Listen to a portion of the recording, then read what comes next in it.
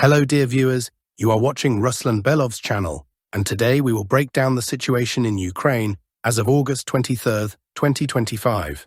Over the course of the day, a huge number of events have piled up. So let's get straight to business. Overall, if we assess the intensity and scale of combat activity on both the Russian and Ukrainian sides, we can confidently say that we have not seen such fierce battles for quite a long time. It seems that today the Russian forces have moved into some new stage of offensive operations, as if a general offensive has begun, one that includes not only advances on separate sections of the front line, but also a massive number of FAB strikes pounding the positions of the Ukrainian armed forces. Why is this happening? It's hard to say for certain. Perhaps the upcoming negotiations on a peaceful settlement of the conflict are influencing the intensification of Russia's actions. Or maybe today's escalation is connected with the fact that Ukraine is celebrating State Flag Day, and tomorrow is Independence Day. Another possibility is that yesterday, on the day of the state flag of the Russian Federation, Ukraine struck the Druzhba pipeline. Today the Russian side is, so to speak, responding with strikes along the entire line of contact. Well then, let's sort things out, analyze the situation, and discuss it across each key direction. Let's start with the Zaporizhzhia sector. According to the available data, for the first time in the past week, there are no updates about any further Russian advance towards Huliai-Pol, the R85 highway, or Pokrovsk. From this, one can conclude that the offensive in this zone of the Zaporizhzhia front has likely been temporarily paused. It is possible that Russian forces are now regrouping to strengthen the front line in the western Donetsk direction, in the area of such settlements as Alexandrograd, Andriivka, Klevtsovo, Zeleny High, and Tolstoye. Recall that in the past few days, and this now seems confirmed, the Ukrainian side launched a series of counterattacks involving the 141st AFU Brigade, the 5th Heavy Mechanized Brigade, and the 37th Marine Brigade. As a result of these counterattacks, Ukrainian troops managed to regain control over Andriivka, Klevtsovo, Zeleny High, and partially Tolstoye. Today, no further advances are recorded on this sector. Most likely, either Ukrainian forces have halted and are regrouping before a possible push towards Myrn, Komar, and nearby villages. Or else Russian reinforcements have arrived, currently attempting to stabilize the situation and retake control of the lost settlements. Now let's move on to the Pokrovsk agglomeration. This is where the most significant and dramatic news is coming from. And to jump slightly ahead, I'll say it directly. Today an assault began. Not an assault on Pokrovsk itself, not on Rodinske, where fighting has been ongoing for a long time. Today, Russian forces concentrated their maximum effort on the southeastern bypass of the Pokrovsk agglomeration. We are talking about the city of Myrnohrad itself, as well as the network of fortifications located between Novo-Ekonomishyn, Mykolaiivka, Myrnohrad, Kazatske, Promin, and Balagan, this whole area. This is exactly where Russian units are now pushing through, and according to some pro-Russian military analysts, over the past 24 hours, Russian forces have achieved notable advances in this direction. Moreover, judging by the map configuration, it is possible to assume that on certain sections, in certain fortifications, some Ukrainian units have ended up encircled, perhaps in small tactical pockets. Let's take a look at how the map has changed over the last day. Here is how it looked just yesterday. Today we can see that Russian forces have advanced significantly. For now, this information comes only from pro-Russian experts and cartographers. We are awaiting more data, geolocations, possibly confirmations from other sources, and then the map will be updated. But overall, if this is confirmed, then the advance is quite substantial. Moreover, Russian forces, as seen from these adjustments, have chosen the safest sector for their advance on the Pokrovsk agglomeration. It is the most distant segment from Ukrainian positions, especially artillery. This is the southeastern, most remote part of the entire Pokrovsk area. There is a high probability that Russian troops will try to enter Myrnohrad in order to secure a foothold there. And of course, most importantly, to gain some form of shelter where they can regroup and build up forces for further advances to the west, northwest, and north. Today, many pieces of objective control footage are appearing, showing Russian forces and the Russian aerospace forces delivering massive air bomb strikes on the city. Such a concentration of FAB strikes, such an intensity of bombardment, combined with map adjustments in the Myrnohrad area, has hardly ever been seen since the start of the battles for this sector. Without a doubt, the density of markers, their number, and the scale of operations all indicate that something serious is unfolding in the direction of Myrnohrad. Yet in general, this should not come as a surprise, because today is already August 23rd. August 23rd marks the end of summer, autumn is approaching, and based on the experience of the special military operation, we know that in this area, when it comes to the colder seasons, Ukrainian forces control far more livable positions, suitable for holding out through the winter, than Russian forces do. Perhaps what we are witnessing now is a kind of preparation for the heating season. Gaining entry into urban areas such as Myrnohrad and Pokrovsk is a matter of vital necessity for Russia. The Ukrainian side understands this very well. Therefore, their main objective is not so much to hold Pokrovsk or Myrnohrad themselves. That seems increasingly unlikely. The task now is to hold on until the cold weather, to prevent Russian troops from securing positions within the cities, thereby denying them even the limited shelter needed to endure the coming winter. As for Pokrovsk itself, here pro-Russian, neutral and pro-Ukrainian cartographers have completely redrawn the central and southwestern parts. Recall that in July and up until early August, we repeatedly discussed the activity of Russian reconnaissance and sabotage groups in central Pokrovsk, near the railway station, in the southwestern and southern sectors, near the citadel. But today, all these adjustments provided by various cartographers have been removed from most mapping services. Russian forces have fully withdrawn from central Pokrovsk and southern Pokrovsk. Most of the territories that were previously considered contested have now been redrawn in favor of the AFU. The areas around Leontovica and Troyanda remain in the grey zone for now. We are waiting for more geolocations and evidence confirming that Russian forces have indeed left central Pokrovsk. That is the current situation in this direction. From confirmed geolocated adjustments, there are some very interesting videos from the northeastern part of Myrnohrad.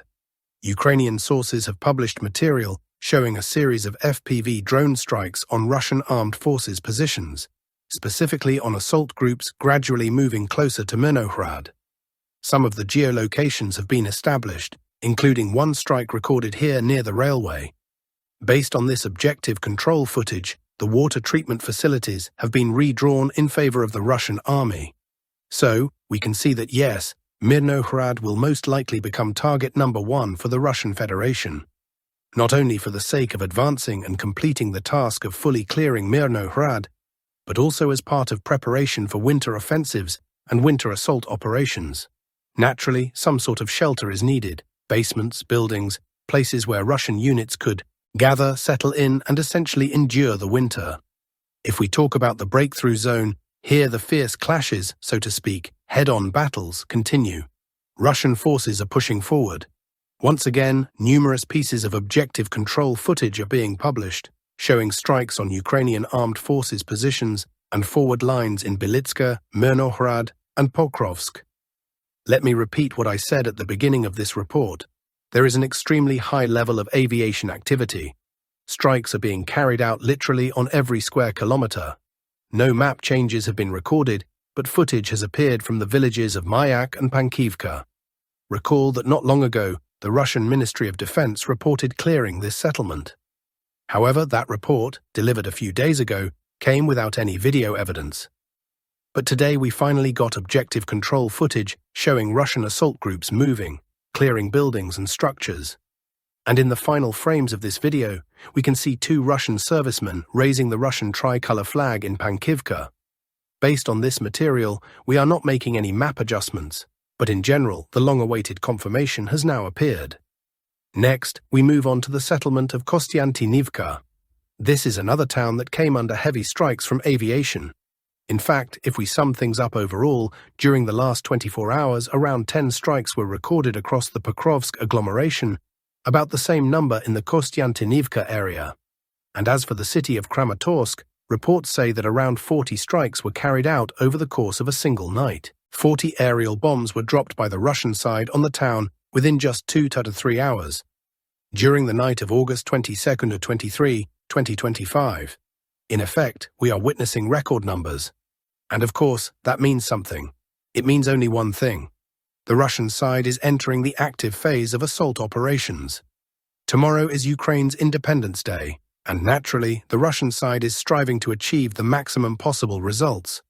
Now, back to Kostiantynivka. From this direction, as just noted, footage is being published showing strikes. These videos were shared today by a large number of pro-Russian sources. Most of the strikes have been geolocated and confirmed.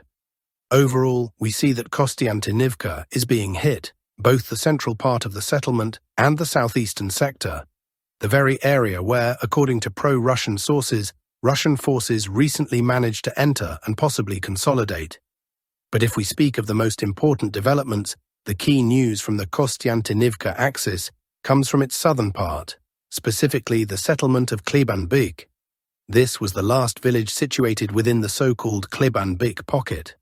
Today, according to the Russian Ministry of Defense, it was cleared by units from the south group of forces. By the evening of August 23rd, no video material had yet been published to confirm this information. But overall, we have already updated the map accordingly, as you can see. Moreover, some pro-Russian sources are redrawing even larger swathes of territory, up to the Kleban-Byk reservoir itself. But for now, we are cautious about making such updates. After all, forested areas remain, most likely still occupied by Ukrainian units waiting to be evacuated to the northern bank. Speaking of geolocations, there is one video from the Kleban-Byk area published by the Russian side, showing Russian troops and assault units clearing fortifications near Myrnohrad and Kleban-Byk. Yes, this geolocation lies slightly outside the marked adjustments, but in general it confirms that this defensive network has fallen fully under the control of the Russian armed forces. Now let's take a look at how the map has changed. And here, let me remind you, the dynamics are very rapid. Recall that only yesterday the Russian Ministry of Defense reported the clearing of Vladimirivka, Rusin Yar, and the village of Katerynivka. And today, on essentially the same axis, the redrawing extends to the Kleban-Byk area. That leaves, before Kostiantynivka itself, just 3 villages: Nelipivka, Pleshchivka, and Ivanopilia. But it appears the Ukrainian side is simply unable to hold out much longer here. A bit further north, Russian units have approached very close to the settlement of Mayske. Ukrainian sources themselves published footage confirming that this network of fortifications has fallen under Russian control. We won't show the video here due to the high level of violence, and of course, we come to Kramatorsk. To repeat once more, it was reported that within just the first 72 minutes of the night, 30 explosions were recorded as a result of airstrikes and missile strikes. Later, information appeared that an additional 10 explosions occurred in the surrounding areas. And a bit later, closer to the day of August 23rd, this video material was published. In these frames, we can observe a concentration area of the Ukrainian Armed Forces 156th Mechanized Brigade. This was apparently fresh reinforcement sent to the sector to stabilize the front line and strengthen certain directions. But during reconnaissance activities, this concentration of the 156th Brigade was detected, and immediately Russian forces began launching massive strikes against these positions. According to the objective control footage and simple counts, the destruction of at least 3 tanks, 4 multiple launch rocket systems, several infantry fighting vehicles, several armored personnel carriers, several electronic warfare stations, and several warehouses was recorded. As for personnel, no numbers have been provided yet, but overall we can conclude that a powerful reinforcement unit, intended to stabilize the situation, was knocked out of action from the 156th Brigade. So again, we are seeing an extremely high intensity of combat operations. And of course, the Kostiantynivka axis smoothly transitions into the Serebrianka sector, the Siversk sector, and the Lyman sector. From here as well, a large volume of geolocated data is coming in, many flag markers on the maps indicating Russian advances. And the most important adjustments today come from the Serebrianka forest area. Today, pro-Ukrainian cartographers from the Deep State team reported that the entire Serebrianka forestry defense line has collapsed. This is where the most rapid offensive progress is being observed, which seems linked not only to a Ukrainian retreat, but possibly even to a rout. This is what the picture looked like as of August 21st. Roughly half of the Serebrianka forestry was either a grey zone or under AFU control. But starting August 22nd, major redrawing began. This was the first adjustment. We highlighted it yesterday, dividing the territory into two sections that Russian forces began working on in parallel. And today, August 23rd, information arrived that one of these pockets has been fully cleared. Pro-Russian sources are publishing numerous videos and analysis today showing Ukrainian soldiers surrendering from the Serebrianka forestry in groups of dozens, sometimes 10, sometimes 20, sometimes 5 or 6 at a time. It seems likely that some of them became disoriented in the forest, unable to leave it, and so gradually fell into Russian captivity.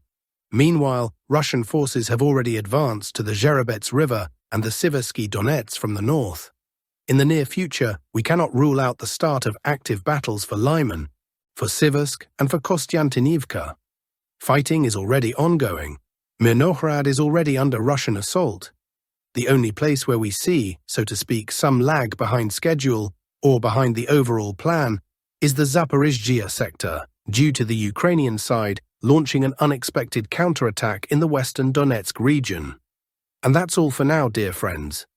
Thank you for watching. Don't forget to subscribe to the channel, hit the like button, and all the best to you.